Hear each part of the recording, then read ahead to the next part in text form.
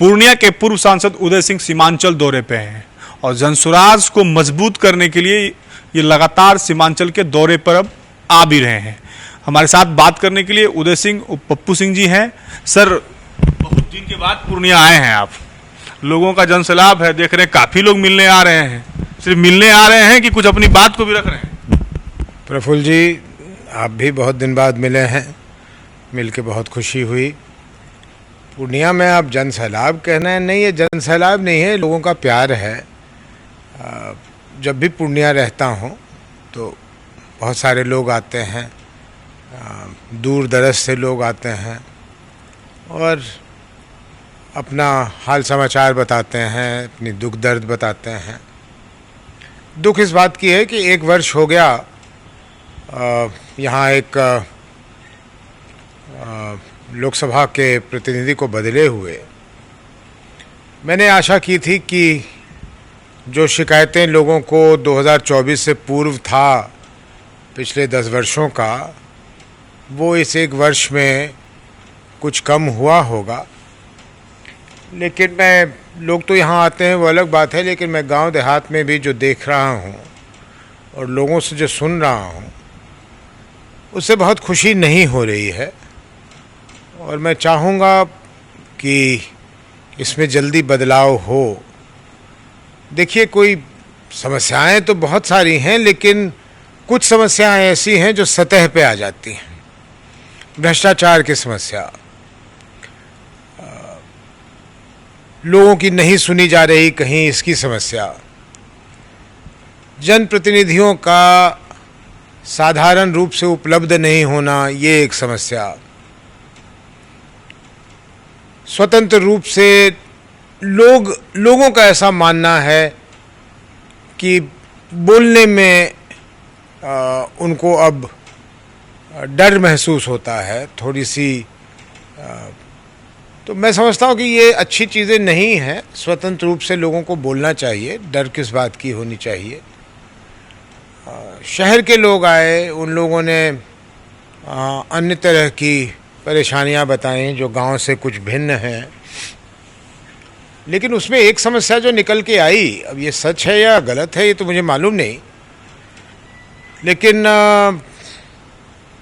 5-7 अच्छे लोगों ने बताया कि अब उनसे गलत प्रवृत्ति के लोग उनसे पैसों की मांग कर रहे हैं और कुछ पैसे लोगों ने दिए भी हैं। ये 2004 के पहले की स्थिति थी, मेरे सांसद बनने के पहले की स्थिति थी प्रफुल्ल, और ये बिल्कुल ही बंद हो गया था। लोग भूल गए थे कि ऐसी कोई चीज़ होती है, चाहे वो डॉक्टर हों या व्यवसायी हों। और इस बार जब मैंने सुना तो मैं बहुत चिंतित हूँ। और इससे पहले कि ये बढ़े, मैं ऐसे लोगों को, अगर हैं ऐसे लोग, क्योंकि मैं कोई प्रमाण के साथ अभी तो कहने की स्थिति में नहीं हूँ, लेकिन जो सुगबुगाहट सुनी वो इसी रूप का सुना। और मैं ऐसे लोग अगर हैं तो मैं उनको चेतावनी दे देना चाहता हूँ कि उनके लिए ये अच्छा नहीं होगा। तो अगर ऐसा हो रहा है तो उसे तुरंत बंद कर दें। मैं सांसद रहूँ या न रहूँ, उससे कोई अंतर नहीं पड़ता है, लेकिन मेरे लोगों के साथ अगर वही चीज़ फिर से दोबारा होगी तो फिर मुझे वही करने पे बाध्य होना पड़ेगा जो एक समय में मुझे करना पड़ा था। चेतावनी है सीधा तौर पे आपका? ये चेतावनी नहीं है, सुझाव है। और आग्रह तो ऐसे लोगों से नहीं कर सकता हूँ, और चेतावनी कुछ ज़्यादा सख्त हो जाएगा। लेकिन उनको एक तरह से ये सलाह है कि ये सब कुछ करना है, कहीं और कर लो, पूर्णिया में ना करो। क्योंकि कुछ चीज़ें हैं जो मेरे लिए रेड लाइन है, वो लाल लकीर की तरह खिंची हुई है पूर्णिया वासियों के लिए, पूर्णिया वासियों के हित में, और उसका उल्लंघन मैं नहीं होने दूंगा। आप तक ये बात पहुंच चुका कि पैसों की मांग हो रही है? हाँ प्रफुल्ल जी, और अच्छे लोगों ने, और कई सारे लोगों ने ये बात कही और दुख होता है और चिंता होती है। तो मैं आपके माध्यम से, आप मेरा इंटरव्यू ले रहे हैं और पूर्णिया के लोग सुनते हैं आपको, तो मैं आपके माध्यम से बता दूं कि ये न करें, ये बात फिर दूर तक जाएगी। प्रशांत किशोर को ही आपने क्यों चुना है? नहीं, प्रशांत किशोर को मैंने नहीं चुना है, न उन्होंने जनसुराज न उन्होंने मुझे चुना है, ना मैंने उनको चुना है। ये हम लोगों का एक मन मिल गया दोनों का, एक सामूहिक प्रयास कर रहे हैं हम लोग, और ये कोई नई चीज़ नहीं है। 2019 से हम लोग लगे हुए हैं इस काम को करने में, और जिस स्तर पे और जिस व्यापक रूप से जनसुराज की स्थापना चल ही रही है। स्थापना तो एक दिन ही होता है, लेकिन उसका काम तो अनवरत चलता है।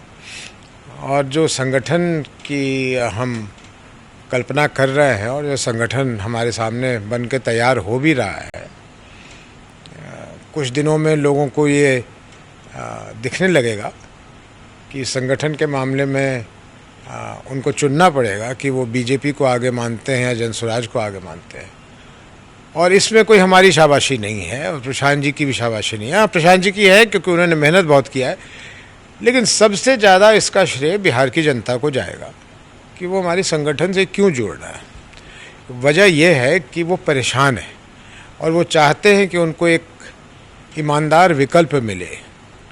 और ईमानदार का मतलब सिर्फ पैसों से नहीं है, ईमानदार का मतलब है कि जो कहें उसको करने की शक्ति हो, उसको करने की नीयत हो, उसको करने का तरीका मालूम हो। कहना बहुत आसान है कि हम ये कर देंगे, हम पैसे बांट देंगे, हम शिक्षित कर देंगे लोगों को, हम पलायन रोक देंगे। सभी लोग कह रहे हैं, मोदी जी भी कह रहे थे 15 लाख रुपए दे देंगे, पता नहीं क्या क्या कह रहे थे, 2 करोड़ नौकरियां भी दे देंगे। कहना और करने में, और करने की इच्छा शक्ति और उसका तरीका जानने में बहुत अंतर है।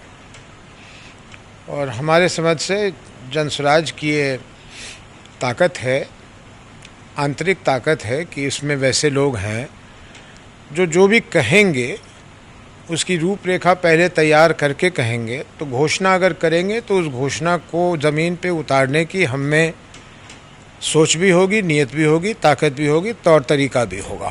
इस बात को मान लेते हैं, एक तरफ विपक्ष है, एक तरफ पक्ष है, नीतीश कुमार है, तेजस्वी यादव है, लेकिन पूर्णिया के सांसद पप्पू यादव हैं। लगातार प्रशांत किशोर पर हमलावर हैं। इनका एक बयान बड़ा वायरल हुआ था कि प्रशांत किशोर पांडे, मतलब पांडे और चांडे क्या कर लेंगे, ठग हैं, फ्रॉड हैं, इस तरह का बयान लगातार आ रहा था। तो अब प्रशांत किशोर के साथ आप जुड़ गए हैं, जनसुराज के लोग आगे बढ़ रहे हैं सीमांचल के तीर पे, तो इस पे क्या कहेंगे? इस तरह का लगातार, क्योंकि सीमांचल के इलाके में पप्पू यादव भी अपना एक वर्चस्व रखते हैं। उनकी कितनी वर्चस्व है यहाँ के लोगों को मालूम है, मैं उस पर टिप्पणी नहीं करना चाहता। सांसद हैं, बिल्कुल सांसद है, सम्मानित सांसद हैं। कौन मना कर सकता है इस बात को कि वो सांसद हैं? तो वर्चस्व तब ना जीत गए निर्दलीय। हाँ, वर्चस्व है, इसीलिए जीत गए हैं, और सम्मानित सांसद हैं, सबके सांसद हैं। मेरा ये मानना है प्रफुल्ल कि आलोचना करना तो जायज़ है, एक दूसरे की आलोचना होनी चाहिए, लेकिन मर्यादित भाषा में हो। किसी को किसी नाम से बुलाना ये उचित नहीं है। शायद ऐसे लोगों को गलतफहमी ये रहती है कि सामने वाला जवाब नहीं देगा, और ज़्यादातर जवाब नहीं देते हैं क्योंकि लोग परहेज़ करते हैं गलत भाषा इस्तेमाल करने से। लेकिन एक सीमा तक ही कोई रुकता है, उसके बाद रुकता नहीं है।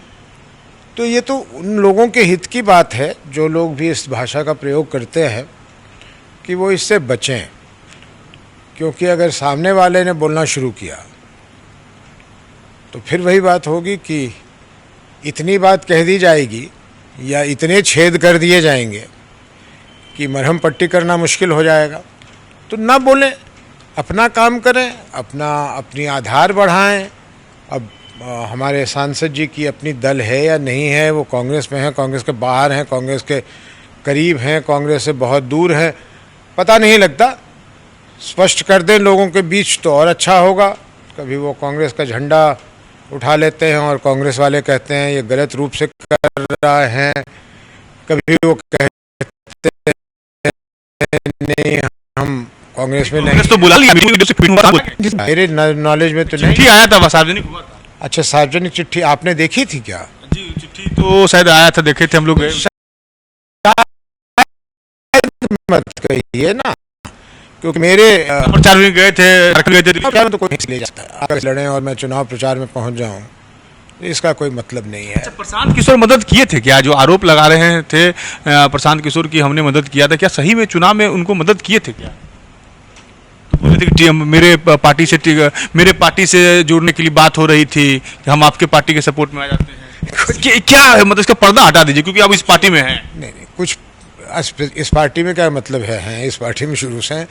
और सबसे पहले जन स्वराज आप लोग भूल जाते हैं। जन स्वराज की पहली घोषणा बिहार में प्रशांत जी के आने के बाद मैंने की थी, पूर्णिया में की थी, अपने निवास से किया था कि मैं जन स्वराज में हूँ। और ये 2 साल पहले किया था, जिस दिन मैंने कहा था कि मैं कांग्रेस से क्यों अलग हो रहा हूँ 2024 के चुनाव के पहले। तो अब प्रशांत जी ने मदद किया है, नहीं किया है, या किसने मदद किया है या उनका विरोध किया, कुछ बातें नहीं की जाएं सार्वजनिक रूप से तो अच्छी है। लेकिन मैं कह देना चाहता हूं ऐसे लोगों को जो अपशब्द का इस्तेमाल कर रहे हैं कि ना करें। उनके लिए भला है, सबके लिए भला है। करेंगे तो फिर सुनने के लिए भी तैयार रहें। जनसुराज 243 पे लड़ेगी चुनाव। जनसुराज 243 पे चुनाव। इसमें गठबंधन, भविष्य गठबंधन की राजनीति बिहार में चलती आई है। ये गठबंधन जो होता है इसका नाम बदलना चाहिए। गठबंधन नहीं है, ठगबंधन है। लोगों को बेवकूफ बनाने का तरीका है। कौन सा गठबंधन, किसके लिए गठबंधन, क्या गठबंधन? इतना मन मिल गया है तो विलय कर लीजिए ना। मन है तो फिर अलग अलग क्यों? और गठबंधन करते ही एक सीट के लिए ऐसे लड़ाई करते हैं, ऐसी कठोर भाषा का एक दूसरे के लिए इस्तेमाल करते हैं, लोग कंफ्यूज हो जाते हैं। देखिए, गठबंधन गणित है। इनके इतने प्रतिशत वोट और इनके इतने प्रतिशत वोट, और इसलिए सरकार हमारी बनेगी, और कोई मंशा नहीं है। लोगों को ठगने का नया तरीका भारतीय राजनीति में गठबंधन का है। गठबंधन आप नहीं करेंगे, आपकी पार्टी नहीं करेगी, सवाल ही नहीं पैदा होता है। गठबंधन और चुनाव के पहले गठबंधन, क्या मतलब है इसका? स्वच्छ छवि के तो शिवदीप लांडे भी हैं, वो भी घूम रहे हैं आजकल, पूरा बिहार दौरा कर रहे हैं। क्या देखते हैं? ये तो बहुत अच्छी बात है। मैं तो कह रहा हूं कि अच्छे लोगों की इतनी अभाव है राजनीति में कि ये लुटेरों ने जगह ले रखा है। अच्छे लोगों को आना चाहिए। तो शिवदीप लांडे जी घूम रहे हैं और किसी अच्छे मकसद से घूम रहे हैं, तो उनके प्रति मेरी शुभकामनाएं हैं। उनको घूमना चाहिए और अपनी बात को रखनी चाहिए लोगों के बीच, क्योंकि लोग 2 धड़े में बटे हुए हैं। और फिर ऊपर से ये तरह तरह के तड़के। कब आज़ाद छोड़ा आपने लोगों को सोचने के लिए? कोई 5 किलो चावल से उसका मुंह बंद कर देता है, कोई जीविका से उसका मुंह बंद कर देता है, कोई हिंदू मुसलमान करके उसका मुंह बंद कर देता है। तरह तरह की बातें करते हैं। कोई भी व्यक्ति बात नहीं कर रहा कि असल मुद्दे क्या हैं। मैं अभी बताऊं कि मुझे अपने पंचायतों में 2 पंचायतों में कुछ काम करवाना था, तो मुझे चाहिए था कि जो मजदूर होते हैं जो साइकिल पे घूम सके, उनको बुलाया था। कल 2 पंचायतों से आए थे, 6 लोग आए थे। वो 6 के 6 पढ़े लिखे नौजवान थे। मैंने कहा था मैं मानदेय दूंगा, 300-400 रुपये रोज का दूंगा, क्यों भाई घूम के काम कर दो। वो सभी पढ़े लिखे नौजवान थे, सभी मजबूर नौजवान इस काम के लिए तैयार हो गए कि वो साइकिल पर घूमेंगे, मजदूरी करेंगे। ये तो हमारी वास्तविकता है। और हम बातें लंबी लंबी हाँकते हैं, पता नहीं क्या क्या लंबी लंबी बातें हाँकते हैं। कोई नहीं कह रहा कि नीतीश जी के समय में विकास नहीं हुआ है। भाई पुल बन गए, पुलिये बन गए हैं, सड़कें बन गई हैं, कुछ बिजली की स्थिति भी अच्छी हो गई है। लेकिन मेरे 2004 की वक्तव्य को अगर आप लोग उल्टा कर देख लेंगे, तो मैंने कहा था कि मेरा मापदंड विकास का ये है कि जिस दिन लोगों के चेहरे पे, मेरे गांव में लोगों के चेहरे पे स्वतः मुस्कान दिखेगा, सड़क बना हो ना बना हो, उस दिन मैं मानूंगा कि विकास हो गया। क्योंकि इंसान का जो चेहरा होता है वो एक आईना होता है, उसके अंदर क्या हो रहा होता है वो दिखता है। आप चलिए मेरे साथ गांव और दिखाइए कि इसके चेहरे पे मुस्कान है। सबके चेहरे पे एक विचित्र सा शिकन है। जब तक वो शिकन को हम दूर नहीं कर पाएंगे, जब तक उनके चेहरे पे मुस्कान नहीं ला पाएंगे, तब तक मैं नहीं मानता कि विकास हुआ है। प्रशांत जी कहते हैं बिहार, और वो क्योंकि डाटा उनके पास बहुत रहता है। चुनाव हो जाता है। नहीं, डाटा पे चुनाव नहीं हो जाता है। डाटा एक समाज का दर्पण तो है ना। मतलब वोट मिल जाएगा डाटा पे? बिल्कुल नहीं, ये कौन कह रहा है। लेकिन मैं दूसरी बात कह रहा था कि डाटा के अनुसार बिहार प्रगति के मामले में, विकास के मामले में हिंदुस्तान में सबसे नीचे है। और इसलिए वो बिहार को कहते हैं कि बिहार के लोग कमज़ोर हैं। लेकिन इसका एक दूसरा पहलू भी है। दूसरा पहलू ये है कि मेरा मानना है कि बिहार के लोग सबसे ज़्यादा शक्तिशाली हैं। उसका मैं आपको उदाहरण दे दूँ। कल सोमवार है। अगर हिंदुस्तान के कोने कोने में जो बिहारी हैं, जो काम कर रहे हैं, अगर वो ये फैसला कर लें कि कल सोमवार को हम लोग काम पर नहीं जाएंगे, तो मेरा हिंदुस्तान देश रुक जाएगा। मेरा हिंदुस्तान देश रुक जाएगा। लेह से लेकर कन्याकुमारी तक देश ठप हो जाएगा। बिहारियों की ये शक्ति है। बिहारी अपने कंधे पर अपने देश को चला रहा है, लेकिन गाली सुनकर चला रहा है। ये कहाँ से चला आता है बिहारी लोग? क्यों जाता है वहाँ वो? क्योंकि यहाँ इसको बेचारे को काम नहीं मिल रहा है। लेकिन मेहनत ही इतना है कि वो देश चला रहा है।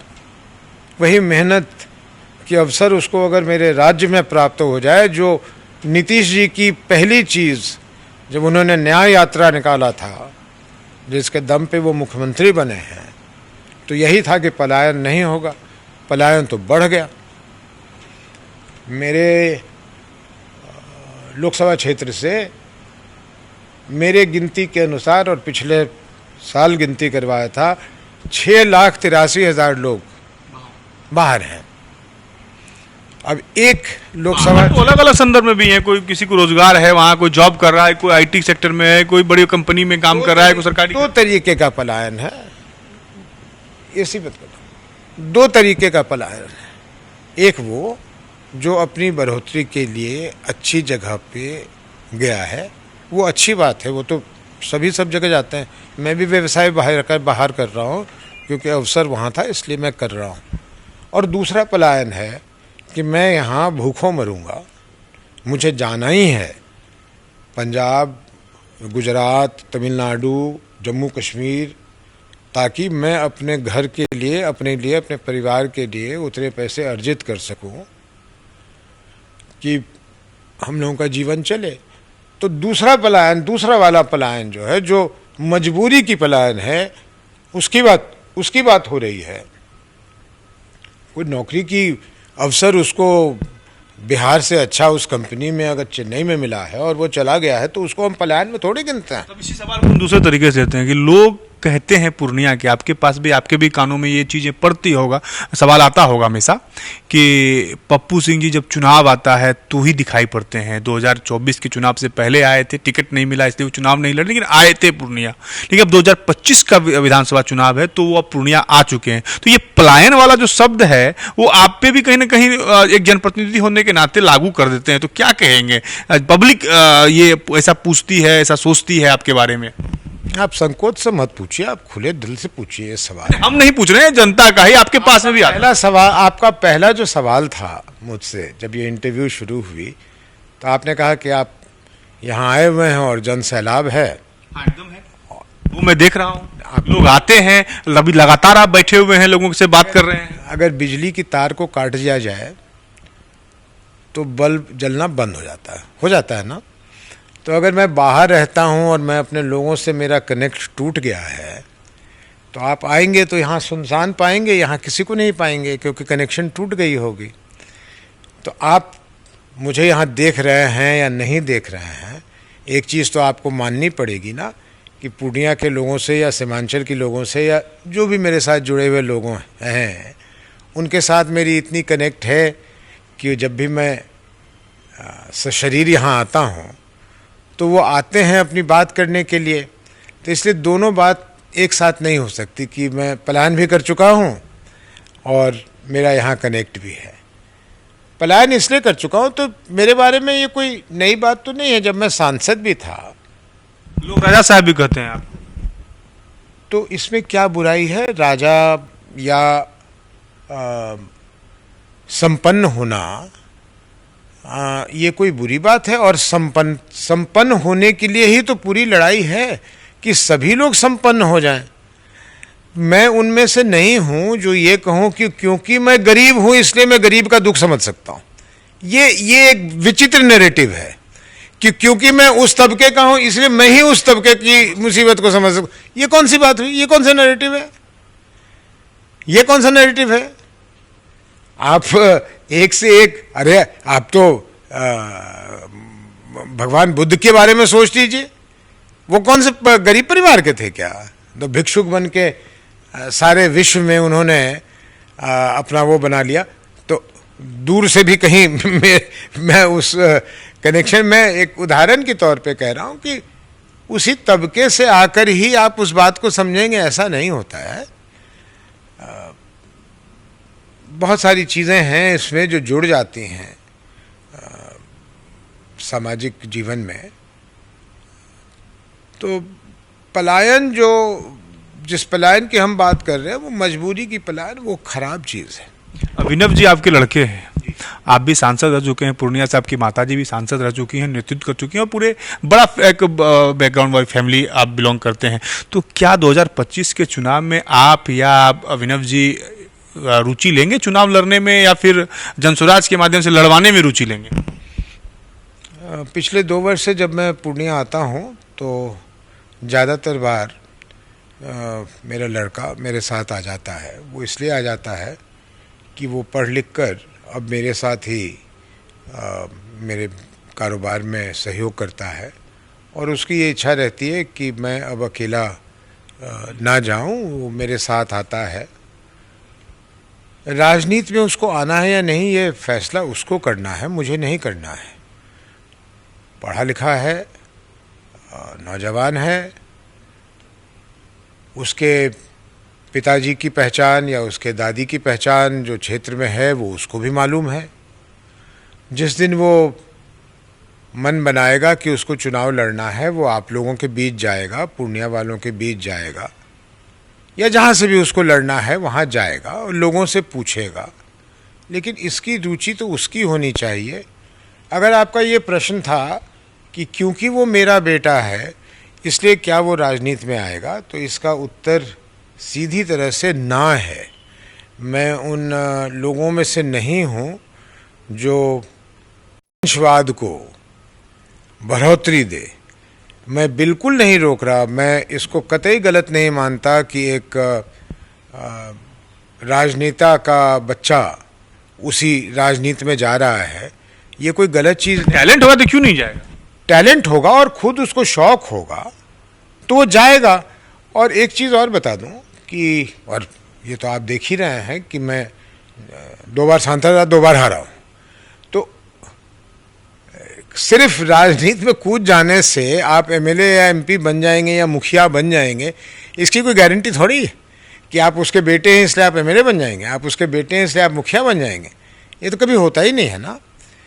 तो लोकतंत्र में ये एक खासियत है कि आप कोई हों, आप रोड पे मजदूरी कर रहे हों या आप मर्सिडीज़ गाड़ी में घूम रहे हों, जब लोकतंत्र के राह आपको कहीं पहुंचना है तो वो लोग ही बताएंगे कि आप उस लायक हैं या नहीं हैं। मुझे 2 बार लायक समझा, 2 बार नालायक समझा, मैं नहीं बना, इससे कोई अंतर नहीं पड़ता है। और इसलिए अभिनव जी कोई इच्छा होगी तो करेंगे, नहीं होगी तो नहीं करेंगे। अब जब वो करेंगे तब मैं उनकी मदद करूंगा कि नहीं, जाहिर सी बात है करूंगा। जो भी मुझे आता है, जो भी मुझे मेरा अनुभव है, वो उनके काम में आए, ऐसी मेरी इच्छा होगी। लेकिन अभी ऐसी कोई और 2025 में जनसुराज, इस बार जनसुराज, मेरा सवाल ये नहीं है, मेरा सवाल ये है कि इस बार जनसुराज के पार्टी के तौर पे आप उसमें संस्थापक सदस्य के तौर पे इस बार कार्यकर्ताओं की बारी है, कार्यकर्ताओं को आप लड़ाएंगे और अच्छे कार्यकर्ताओं को लड़ाएंगे जो समाज का काम करें, स्पष्ट संदेश है आप। बिल्कुल। और हमारे प्रत्याशियों के चयन का भी एक अजीब सिलसिला रहेगा। ना हमारे पार्टी में कोई हाई कमांड है, ना लो कमांड है। जो भी हमारा कमांड है वो हमारी जनता है। और जो इस संगठन की मैंने बात की, वो संगठन का निर्माण ऐसे हो रहा है कि हमारे पास रेगुलर फीडबैक, सर्वे नहीं, रेगुलर फीडबैक आ रहा है कि किसकी कितनी मांग है। और जब हम चुनाव लड़ेंगे हमारे उम्मीदवार, तो वो उम्मीदवार होंगे जिनको जनता ने बुलाया है, और इसलिए उनको जिताने की भी जिम्मेदारी हमारे जनता की होगी। हम लोग वो हेलीकॉप्टर से आकर और बड़े बड़े नेताओं को लाकर और पैसे खर्च कर चुनाव नहीं लड़ने वाले हैं। चुनाव हमारी जनता लड़ेगी, क्योंकि चुनाव उम्मीदवार नहीं लड़ता है। ये नैरेटिव गलत हो गई। जब मैं चुनाव लड़ता हूं तो आप लोग जैसे लोग, बहुत सारे लोग आ कहते हैं बहुत शुभकामना। अबे मुझे क्यों शुभकामना दे रहे हो? क्षेत्र के लोगों को शुभकामना दो कि वो अच्छी चयन कर सकें। चुनाव आपके लिए, जनता के लिए हो रहा है। चुनाव उम्मीदवार के लिए थोड़ी होता है। वो अपना प्रतिनिधि चुन रहा है, उसको एक अच्छा प्रतिनिधि चुनना चाहिए जो उसकी आवाज उठा सके, उसके लिए कुछ काम कर सके। उम्मीदवार कौन जीतता है हारता है, उससे क्या फर्क पड़ता है? पूर्णिया के लोगों के लिए कुछ संदेश? पूर्णिया के लोगों को संदेश ये है कि बहुत बहुत शुभकामना। ईश्वर से एक एक पल मनाता हूँ कि पूर्णिया के लोगों के जीवन में सिर्फ सुख के सिवा कुछ ना हो। और आने वाले चुनाव के लिए उनसे मेरा कहना है कि बहुत देख लिया है आप लोगों ने, थोड़ी सच मायने में एक बदलाव करके देखिए कि क्या हो सकता है, उस संभावनाओं को तलाशिए। ये थे हमारे साथ पूर्णिया के पूर्व सांसद उदय सिंह, जिनका स्पष्ट तौर पे कहना है कि जनसुराज 243 जो विधानसभा सीटें हैं उस पर चुनाव लड़ेंगे। अब जनता को फैसला लेना है, जनता को सच मायने में ये चुनना है कि उनका जो प्रतिनिधित्व है वो किस तरह के लोग करेंगे। कैमरामैन अमित कुमार के साथ प्रफुल्ल झा, पूर्णिया।